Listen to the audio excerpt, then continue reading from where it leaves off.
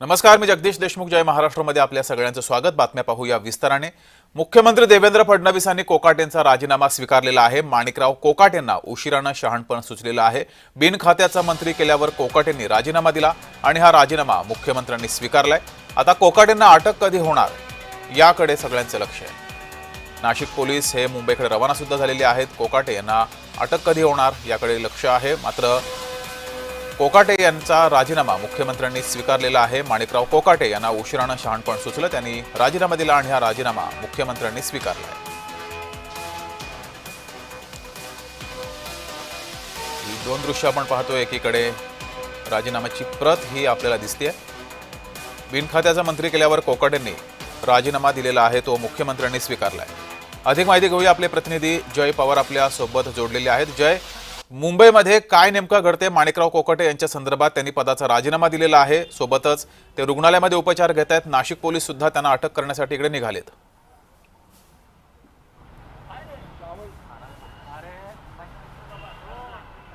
नक्कीच जगदीश, आपण जर पाहिलं तर मंत्री माणिकराव कोकाटे हे लीलावती रुग्णालयामध्ये उपचार घेत आहेत. मात्र त्यांच्यावरती ज्या पद्धतीने अटक वॉरंट जारी करण्यात आला आहे आणि ह्याच नंतर नाशिक पोलीस जे आहेत ते नाशिकमधून रवाना होऊन आता मुंबईत पोहोचले आहेत आणि मुंबईच्या ठाण्यापर्यंत जे आहे ते नाशिक पोलीस पोहोचले आहेत आणि ते काही वेळातच मुंबईत सुद्धा दाखल होतील आणि येथे पोहोचल्यानंतर सर्वप्रथम ते येथील स्थानिक पोलीस स्टेशनला भेट देतील आणि ते म्हणजे येथील लीलावती जवळ असलेलं वांद्रे पोलीस स्टेशन आहे. वांद्रे पोलीस स्टेशनला जाऊन ते भेट देतील नाशिक पोलीस, त्यांच्यासोबत चर्चा करतील आणि पुढे माणिकराव कोकाटे यांना लीलावतीमध्ये कशा पद्धतीने भेटता येईल, त्यांच्या डॉक्टरांसोबत कशा पद्धतीने चर्चा करता येईल याबाबत दोन्ही पोलिसांमध्ये चर्चा. तिथून पुढे वांद्रे पोलीस आणि नाशिक पोलीस हे एकत्रित या लीलावती हॉस्पिटलमध्ये पोहोचतील आणि पुढील प्रक्रिया जी आहे ते अटक संदर्भात करतील आणि माणिकराव कोकाटेसोबत सर्वात प्रथम तर ते चर्चा करतील की या पुढची प्रक्रिया कशा पद्धतीने, कारण अटक वॉरंट जे आहे तो जारी करण्यात आला आणि तातडीने नाशिक पोलीस हे मुंबईकडे रवाना झाले आहेत आणि त्यामुळे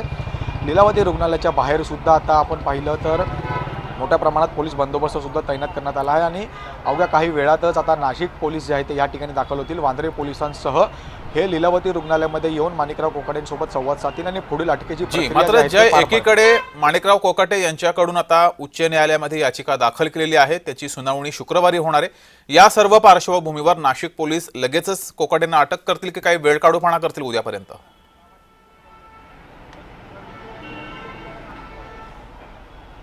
निश्चितच मंत्री माणिकराव कोकाटे यांना कधी अटक होणार हे खरं तर आतुरता लागली आहे.